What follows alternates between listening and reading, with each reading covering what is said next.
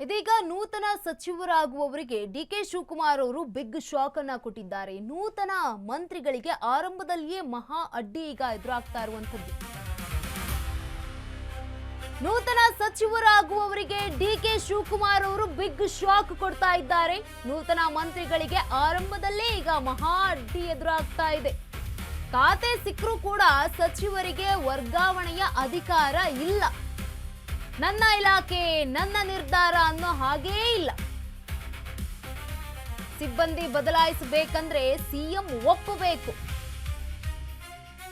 ಹೊಸ ಸಚಿವರಿಗೆ ಸಿಬ್ಬಂದಿ ವರ್ಗಾವಣೆ ಅಧಿಕಾರ ಇಲ್ಲ.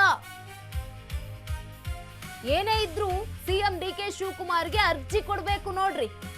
ಸಚಿವರೇನೋ ಆಗ್ಬಿಡ್ತೀರಿ. ಈಗಾಗಲೇ ರಾಜ್ಯದ ಕೆಲವು ಸಿಬ್ಬಂದಿಗೆ ವರ್ಗಾವಣೆ ಭಾಗ್ಯ.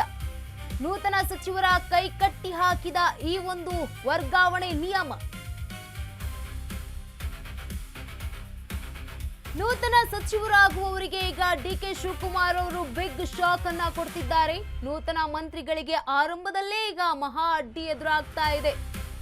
ಸಿಎಂ ಡಿಕೆ ಶಿವಕುಮಾರ್ ಅಂದ್ರೆ ಸುಮ್ಮನೆ ಅಲ್ಲ ಅನ್ನುವಂಥದ್ದು ಈಗ ಮತ್ತೆ ಸಾಬೀತು ಮಾಡೋದಕ್ಕೆ ಹೋಗ್ತಾ ಇರುವಂತದ್ದು. ನನ್ನ ಇಲಾಖೆ ನನ್ನ ನಿರ್ಧಾರ ಅನ್ನೋ ಹಾಗೇ ಇಲ್ಲ. ಯಾರೇ ಒಂದು ನೂತನ ಸಚಿವರು ಇರ್ತಾರಲ್ಲ, ಅವರು ಸಿಬ್ಬಂದಿ ಬದಲಾಯಿಸಬೇಕು ಅಂತಂದ್ರೆ ಸಿಎಂ ಒಪ್ಪಲೇಬೇಕು. ಸಿಎಂ ಒಪ್ಪಿದ್ರಷ್ಟೇ ವರ್ಗಾವಣೆ ಆಗುತ್ತೆ, ಅಧಿಕಾರಿಗಳ ವರ್ಗಾವಣೆ ಆಗುವಂಥದ್ದು. ಇನ್ನು ಹೊಸ ಸಚಿವರಿಗೆ ಸಿಎಂ ಹೊಸ ಒಂದು ಅಡ್ಡಿಯನ್ನ ಕೊಡ್ತಾ ಇರುವಂತದ್ದು. ಏನೇ ಇದ್ರೂ ಕೂಡ ಸಿಎಂ ಡಿಕೆ ಶಿವಕುಮಾರ್ ಅವರಿಗೆ ಅರ್ಜಿಯನ್ನ ಕೊಡ್ಲೇಬೇಕು. ಈಗಾಗಲೇ ರಾಜ್ಯದ ಕೆಲವು ಸಿಬ್ಬಂದಿ ವರ್ಗಾವಣೆಗೆ ಭಾಗ್ಯ ಆಗಿದೆ. ನೂತನ ಸಚಿವರ ಕೈ ಕಟ್ಟಿ ಹಾಕಿರುವಂತದ್ದು ಈ ಒಂದು ವರ್ಗಾವಣೆಯ ನಿಯಮ ಅಂತ ಹೇಳಬಹುದು. ಇದೀಗ ನೂತನ ಸಚಿವರಾಗುವಂತವರಿಗೆ ಡಿಕೆ ಶಿವಕುಮಾರ್ ಅವರು ಆರಂಭದಲ್ಲೇ ಬಿಗ್ ಶಾಕ್ ಅನ್ನ ಕೊಟ್ಟಿದ್ದಾರೆ. ನೂತನ ಮಂತ್ರಿಗಳಿಗೆ ಈಗ ಮಹಾ ಅಡ್ಡಿ ಅಂತಾನೆ ಹೇಳಬಹುದು. ಈ ಒಂದು ಖಾತೆ ಸಿಕ್ಕಿದ್ರೂ ಕೂಡ ಸಚಿವರಿಗೆ ವರ್ಗಾವಣೆಯ ಅಧಿಕಾರ ಇಲ್ಲ. ತಮ್ಮ ಇಷ್ಟ ಬಂದವರನ್ನ ಸೇರಿಸ್ಕೊಳ್ಳೋ ಹಂಗಿಲ್ಲ. 3-4 ದಿನಗಳಲ್ಲಿ ಅಧಿಕಾರ ಸ್ವೀಕರಿಸಲಿರುವ ಸಚಿವರಿಗೆ ಶಾಕ್. ಸಚಿವರಿಗೆ ವರ್ಗಾವಣೆ ಅವಕಾಶ ಕೈ ತಪ್ಪಿ ಹೋಗಿರುವುದೇ ಶಾಕ್ ಆಗ್ತಾ ಇದೆ. ತಮ್ಮಿಷ್ಟದಂತೆ ಸಚಿವರು ಸಿಬ್ಬಂದಿ ವರ್ಗಾವಣೆ ಮಾಡಬಾರದು. ಒಂದು ವೇಳೆ ವರ್ಗಾಯಿಸಬೇಕಂದ್ರೆ ಸಂಪುಟದಲ್ಲಿ ಕೇಳಬೇಕಂತೆ. ಹೀಗಾಗಿ ನೂತನ ಸಚಿವರ ಕೈ ತಪ್ಪಿದ ವರ್ಗಾವಣೆ ಅಧಿಕಾರ ಸಹಿಸ್ಕೊಂಡು ಬಿಡ್ತಾರೆ ಹೊರತು ಸಿಎಂ ಹತ್ರ ಹೋಗಿ ಕೇಳೋದಿಲ್ಲ. 3-4 ದಿನಗಳಲ್ಲಿ ಇನ್ನು ಅಧಿಕಾರ ಸ್ವೀಕರಿಸಲಿರುವಂತಹ ಸಚಿವರಿಗೆ ವರ್ಗಾವಣೆ ಅವಕಾಶ ಕೈ ತಪ್ಪಿ ಹೋಗಿರೋದೇ ಈಗ ಶಾಕ್ ಆಗ್ತಾ ಇದೆ.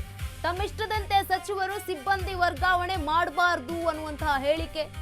ಒಂದು ವೇಳೆ ವರ್ಗಾಯಿಸಬೇಕು ಅಂತಂದ್ರೆ ಸಂಪುಟದಲ್ಲೇ ಕೇಳಬೇಕಂತೆ ಸಚಿವರು ಸಿಎಂ ಒಪ್ಪಿಗೆಯನ್ನ. ಹೀಗಾಗಿ ನೂತನ ಸಚಿವರ ಕೈ ತಪ್ಪಿದ ವರ್ಗಾವಣೆ ಅಧಿಕಾರ.